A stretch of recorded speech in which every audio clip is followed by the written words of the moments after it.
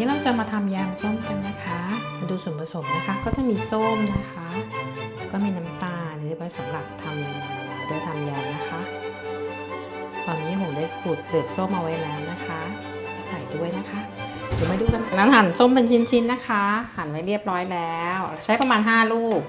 ใส่ในหม้อต้มค่ะโอเคร่อนใส่ครับ Wie viel? ใส่หมดเลยลูก 13. Hier. Prozent. So. Jetzt geht's wieder los. Zum nächsten Video kommen wir. โอเคเห็นไหม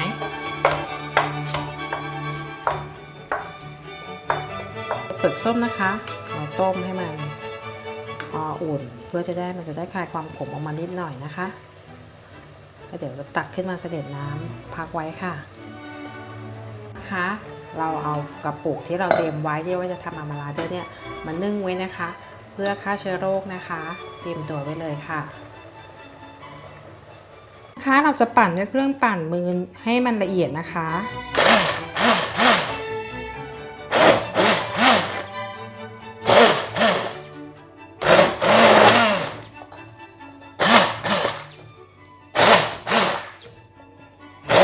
จากนั้นนะคะใส่น้ำตาลที่ไว้สำหรับทำมาลาเดอร์นะคะตัวนี้นะคะ1:1ค่ะ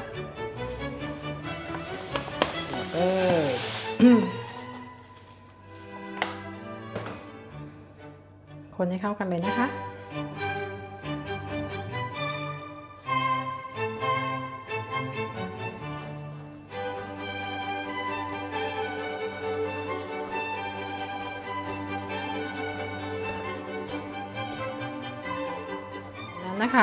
ใส่เปลือกส้มลงไปนะคะที่เราต้มไว้เมื่อสักครู่นะคะและที่แล้วนะคะปิดไฟยกลงปิดไฟแล้วก็ยกลงแล้วเดี๋ยวเราจะมาใส่ในถ้วยแก้วกันนะคะเดี๋ยวมาดูกันค่ะทำการบรรจุใส่ขวดนะคะ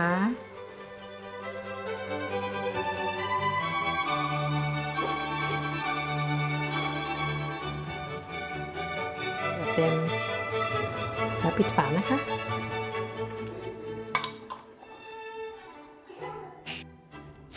ได้แล้วค่ะหลังจากที่ทำมานะคะ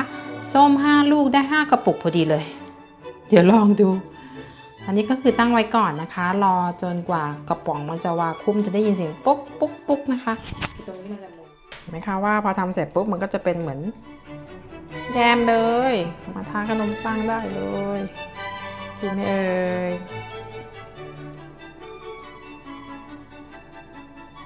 งั้มอย่าลืมกดไลค์กด Subscribe ให้กับช่องของหงด้วยนะคะขอบคุณค่ะ